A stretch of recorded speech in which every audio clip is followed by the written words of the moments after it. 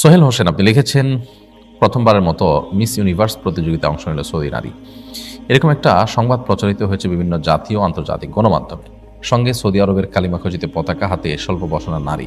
বিষয়টা কিভাবে দেখেন? বিষয়টা অন্য সমস্ত সাধারণ মুসলিমের মতো আমরাও খুবই দুঃখজনক বিষয় হিসেবে দেখি, খুবই বেদনাদায়ক বিষয় হিসেবে, ঘটনা হিসেবে দেখি। সৌদি আরব এত বছর অংশগ্রহণ করেনি, তাহলে কি তাদের সেই সিদ্ধান্ত ভুল ছিল?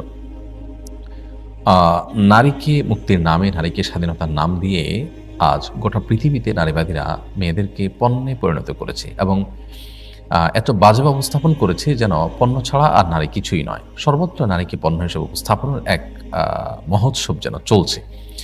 এর মধ্যে এই মিস ইউনিভার্স যে কম্পিটিশন সারা পৃথিবী জুড়ে হয়ে থাকে, সেটা যে কত নির্লজ্জ এবং সেটা যে কতটা বেহায়াপনা, সেটি বোধহয় বলবার আর ব্যাখ্যা করবার আর প্রয়োজন থাকে না। মাহাবাতুল ওয়াহি বা কোরআন এবং হাদিসের যে জন্মস্থান, সেই জায়গা থেকে আসলে এই ধরনের বিষয়গুলো সাধারণ মানুষরা আশা করে না, বিশ্বজুড়ে সাধারণ মুসলমানরা সেগুলো আশা করে না। দুঃখজনক যে সেগুলো আমাদেরকে দেখতে হচ্ছে। হয়তো কিয়ামত পরবর্তী হলে যে সমস্ত অস্বাভাবিক বিষয়গুলো দেখা দিবে, সেগুলোর মাত্রা বাড়তে থাকবে, সেগুলো হয়তো আমরা দেখতে পাচ্ছি। আমরা দোয়া করি আল্লাহ রাব্বুল আলামিন শাসকদের যেন তাদের যেন বোধোদয় হয়, তাদের মধ্যে যেন সম্বিত ফিরে আসে, যেন তারা যেন কোরআন এবং সুন্নাহর দিকে ফিরে আসতে পারেন। তাদের যে আসল ঐতিহ্য, সেটা যেন তারা ভুলে না যান, তাদেরকে সেই তৌফিক আল্লাহ তাআলা দান করুন। এমডি রুবেল আপনি লিখেছেন, রোজা অবস্থায় কাজ করতে গিয়ে নাকে ধুলাবালি গেলে রোজা হবে কিনা? দেখুন, অনিচ্ছাকৃতভাবে নাকে ধুলোবালি এগুলো যদি প্রবেশ করে, তার কারণে রোজার কোনো ক্ষতি হবে না, রোজা হয়ে যাবে ইনশাআল্লাহ তাআলা।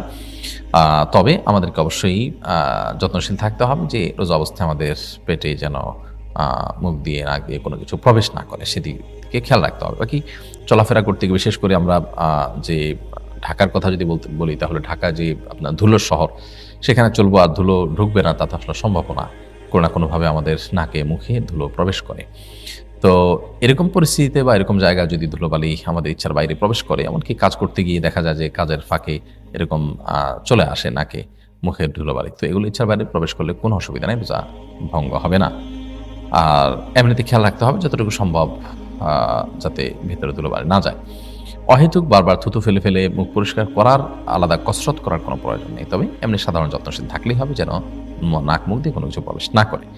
এর বাইরেও যদি কাজ করতে গিয়ে বা চলতে গিয়ে ধুলাবালি প্রবেশ করে ফেলে, ইনশাআল্লাহ রোজা হয়ে যাবে। আমরা যখন মুখে অনুভব করব ধুলাবালি, তখন থুতু ফেলে দিলেই হবে শুধুমাত্র।